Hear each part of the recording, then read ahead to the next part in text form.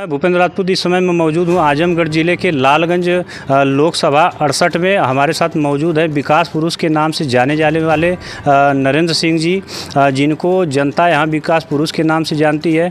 तो यहाँ तक भी मालूम है कि इनकी जो कार्यकाल शैली रही पहले की, जाने के बाद अब तक जो है लालगंज में विकास अछूता सा रह गया है। तो आइए पहले जानते हैं, पूछते हैं कि सर किस पद पे हैं और विकास की गति लालगंज में कैसी चल रही है।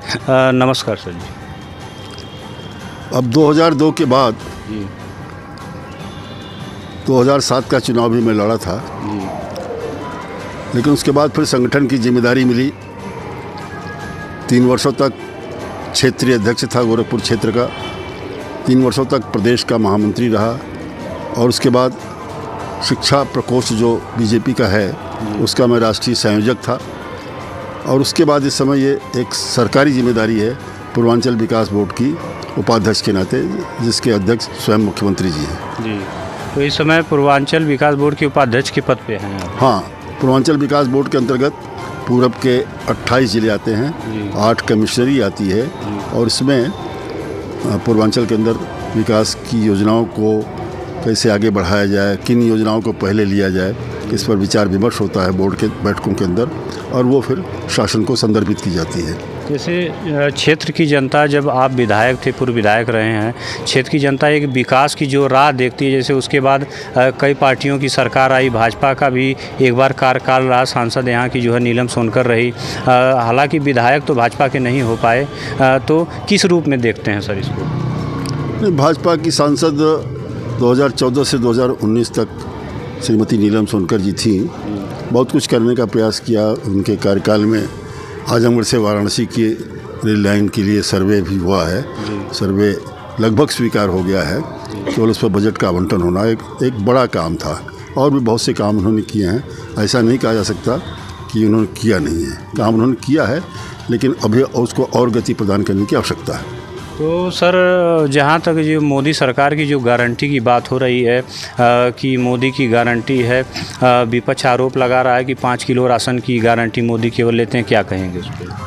नहीं, मोदी जी के प्रति तो सारे देश के अंदर ये भाव है कि जो कहते हैं वो करते हैं और इसी नाते उन्होंने कहा कि ये मोदी की गारंटी है।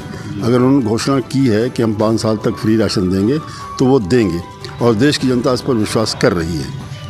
जैसा कि सर, जैसे 25 मई को लोकसभा चुनाव होने, 6वें चरण का मतदान आजमगढ़ का होगा, तो जनता के बीच लगातार आप लोग जो है कैंपेन कर रहे हैं। जनता का क्या फीडबैक पार्टी के प्रति मिल रहा है? अब ये चुनाव मोदी जी के पक्ष में एक सहानुभूति की लहर चल रही है। लालगंज क्षेत्र की जनता एक बार फिर से मोदी जी को तीसरी बार प्रधानमंत्री बनाना चाहती है और उसके माध्यम से जो अधूरी चीज़ें हैं, जैसे अभी राम जन्मभूमि पे तो निर्माण हो गया, लेकिन अभी मथुरा बाकी है, ये भी जनता कह रही है। और एक अंडर करंट है मोदी के प्रति, एक सकारात्मक लहर है और उससे हमको पूरा विश्वास है कि बहुत बड़ी जीत लालगंज में होगी। तो सर, जैसे शिक्षा के क्षेत्र में देखिए, बहुत दिन बाद आजमगढ़ में एक विश्वविद्यालय जो है बन पाया भाजपा सरकार में। बहुत दिन से मांग थी, जैसे भी भाजपा कहती कि लालगंज हमारा ज़िला है, यहाँ का अलग से अध्यक्ष बनाया गया। तो लालगंज के लिए जो शिक्षा का स्तर है, क्या सरकार बनेगी तो उस पर सरकार ध्यान देगी? नहीं, शिक्षा पर तो हमारी सरकार, प्रदेश की भी और केंद्र की सरकार पूरा ध्यान दे रही है। यहाँ इंजीनियरिंग कॉलेज की स्थापना हुई। लालगंज क्षेत्र तो वो जिला इस तरह से बढ़ गया कि वो जो मेडिकल कॉलेज बना वो भी लालगंज के करीबी था, तरवा के पास था उधर, तो वो भी था। जो भी योजनाएं हैं शिक्षा की हों चाहे स्वास्थ्य की हों, यहाँ 100 बेड का हॉस्पिटल बन के तैयार हुआ है। CSC है ही है ऑलरेडी, CSC वर्धा में भी है, CSC मेरे कार्यकाल में उधर महनाजपुर में भी बनी है। तो इस तरह से स्वास्थ्य पर और शिक्षा पर हमारी सरकार विशेष ध्यान दे रही है।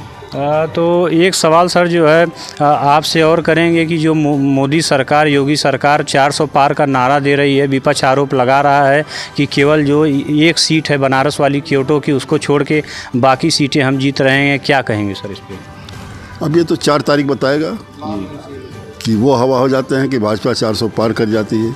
4 तारीख को बताएगा। भाजपा को पूरा विश्वास है कि हम 400 पार करेंगे। जनता के बीच जा रहे हैं, क्या लग रहा है सरकार की योजनाओं का लाभ जनता को मिला है? सरकार को सरकारी योजनाओं का पूरा लाभ मिला है। राजीव गांधी कहा करते थे कि जब हम 1 रुपया भेजते हैं तो केवल 11 पैसा पहुंचता है।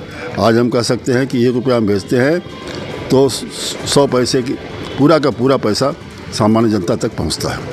तो ये अंतर है। जी सर। ये अंतर है कि उनके समय में 11 पैसा पहुंचता था, आज पूरा पैसा पहुंचता है, क्योंकि सब ऑनलाइन चीज़ें हैं, बीच में बिचौलिया नहीं है, और इस कारण सारा पैसा और आम जनता के पास जिनके पास जाना चाहिए वो पहुंच रहा है। तो हमारे साथ मौजूद थे पूर्वांचल विकास बोर्ड के उपाध्यक्ष नरेंद्र सिंह जी। नमस्कार।